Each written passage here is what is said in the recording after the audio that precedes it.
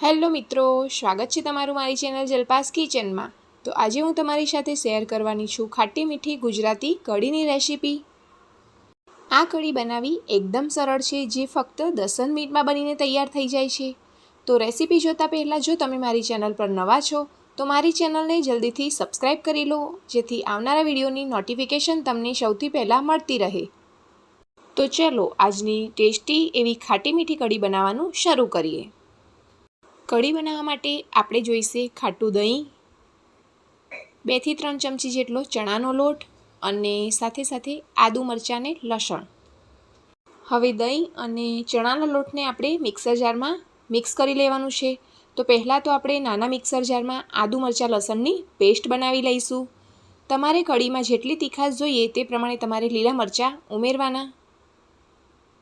આજે હું 2 થી 3 વ્યક્તિ માટે કઢી બનાવું છું, તો મેં 1 વાડકી જેટલું દહીં લીધું છે। જો તમારે વધારે પ્રમાણમાં કઢી બનાવવી હોય તો દહીંનું માપ વધારે લેવાનું। જો તમે લસણ ન ખાતા હોય તો સ્કીપ કરી લેવું। હવે આદુ મરચાં લસણને આપણે ક્રશ કરી લઈશું। ત્યારબાદ બીજા મિક્સર જારમાં દહીં અને ચણાના લોટને આપણે પાણી ઉમેરી અને ક્રશ કરી લેવાનું છે। દહીં થોડું ખાટું હશે તો કઢી એકદમ સરસ ખાટી મીઠી બનીને તૈયાર થશે। અને દહીંની જગ્યા પર તમે છાશ ઉમેરવા માંગતા હોય તો છાશ થોડી ખાટી લેવી। હવે દહીં ચણાના લોટમાં થોડું પાણી એડ કરી અને બધી જ સામગ્રીને એકદમ સરસ રીતે ગ્રાઇન્ડ કરી લેવાનું છે। તો ગ્રાઇન્ડ કરવા માટે અત્યારે અડધા ગ્લાસ જેટલું પાણી ઉમેરવાનું છે। મિક્સર સિવાય તમારી પાસે હાથની વલોણી હોય તો પણ તમે વલોવી શકો છો। તો હવે તમે જોઈ શકો છો કે બંને એકદમ સરસ એવું ગ્રાઇન્ડ થઈ ગયું છે। તો આદુ મરચાં લસણની પેસ્ટ બની ગઈ છે અને દહીં અને ચણાનો લોટ ગ્રાઇન્ડ થઈ ગયું છે। હવે કઢી બનાવવા માટે આપણે એક કઢાઈમાં કે પછી તપેલીમાં 2 ચમચી જેટલું ઘી ઉમેરીશું। કઢી હંમેશા ઘીથી જ વઘારવી, તો તેનો ટેસ્ટ અને સુગંધ એકદમ સરસ આવશે। તો 2 ચમચી જેટલું ઘી ઉમેરી અને ઘીને એકદમ સરસ એવું ગરમ કરી લઈશું। હવે ઘી ગરમ થાય એટલે ઘીના વઘારમાં આપણે એક એવી વસ્તુ ઉમેરવાના છે, જે ઉમેરવાથી કઢી આપણી એકદમ ટેસ્ટી અને જેવી લગ્ન પ્રસંગમાં બને છે તેવી જ બનીને તૈયાર થશે।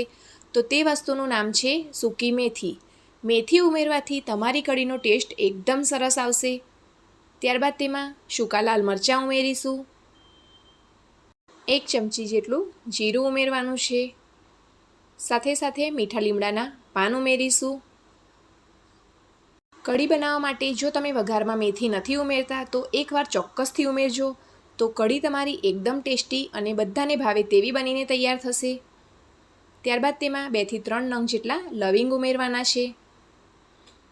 અડધી ચમચી જેટલી હિંગ ઉમેરી અને તૈયારીમાં જ આપણે જે દહીં અને ચણાના લોટનું મિશ્રણ કરીને રાખ્યું હતું તે ઉમેરી દઈશું।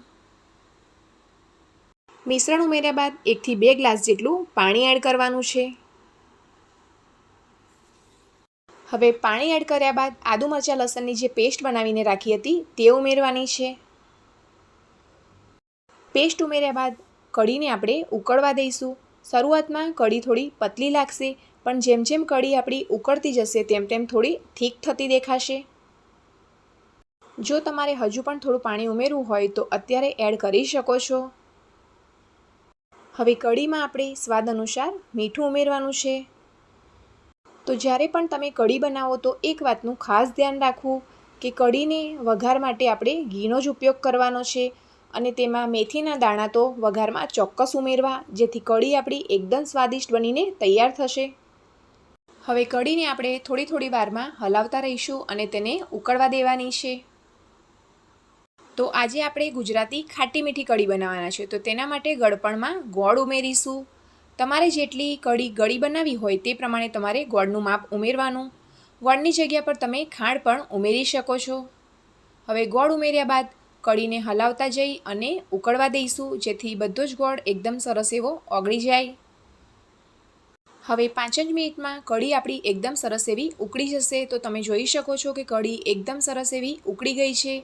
અત્યારે જો તમારે કઢી થોડી ઘટ લાગે તો પાણી એડ કરવું હોય તો કરી શકો છો।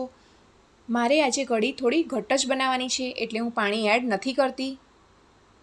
તો તૈયાર છે આપણી ગુજરાતી ખાટી મીઠી કઢી. આ કઢી તમે ખીચડી સાથે, પુલાવ સાથે પણ સર્વ કરી શકો છો. તો છે ને ફક્ત 10 જ મિનિટમાં બની જતી ગુજરાતી ખાટી મીઠી કઢી ઘરે બનાવવાની એકદમ સરળ રીત. તો તમે પણ તમારા ઘરે ચોક્કસથી બનાવજો અને મને કોમેન્ટમાં જણાવજો કે આજની આ રેસીપી તમને કેવી લાગી. અને જો આજની આ રેસીપીનો વિડીયો તમને પસંદ આવ્યો હોય તો મારા વિડીયોને લાઇક કરો, ચેનલને સબસ્ક્રાઈબ કરો અને વિડીયોને બને તેટલું ફેમિલી અને ફ્રેન્ડ્સના ગ્રુપમાં શેર કરો. તો ફરી મળીશું આવી જ એક અલગ રેસીપીના વિડીયો સાથે. ત્યાં સુધી આવજો.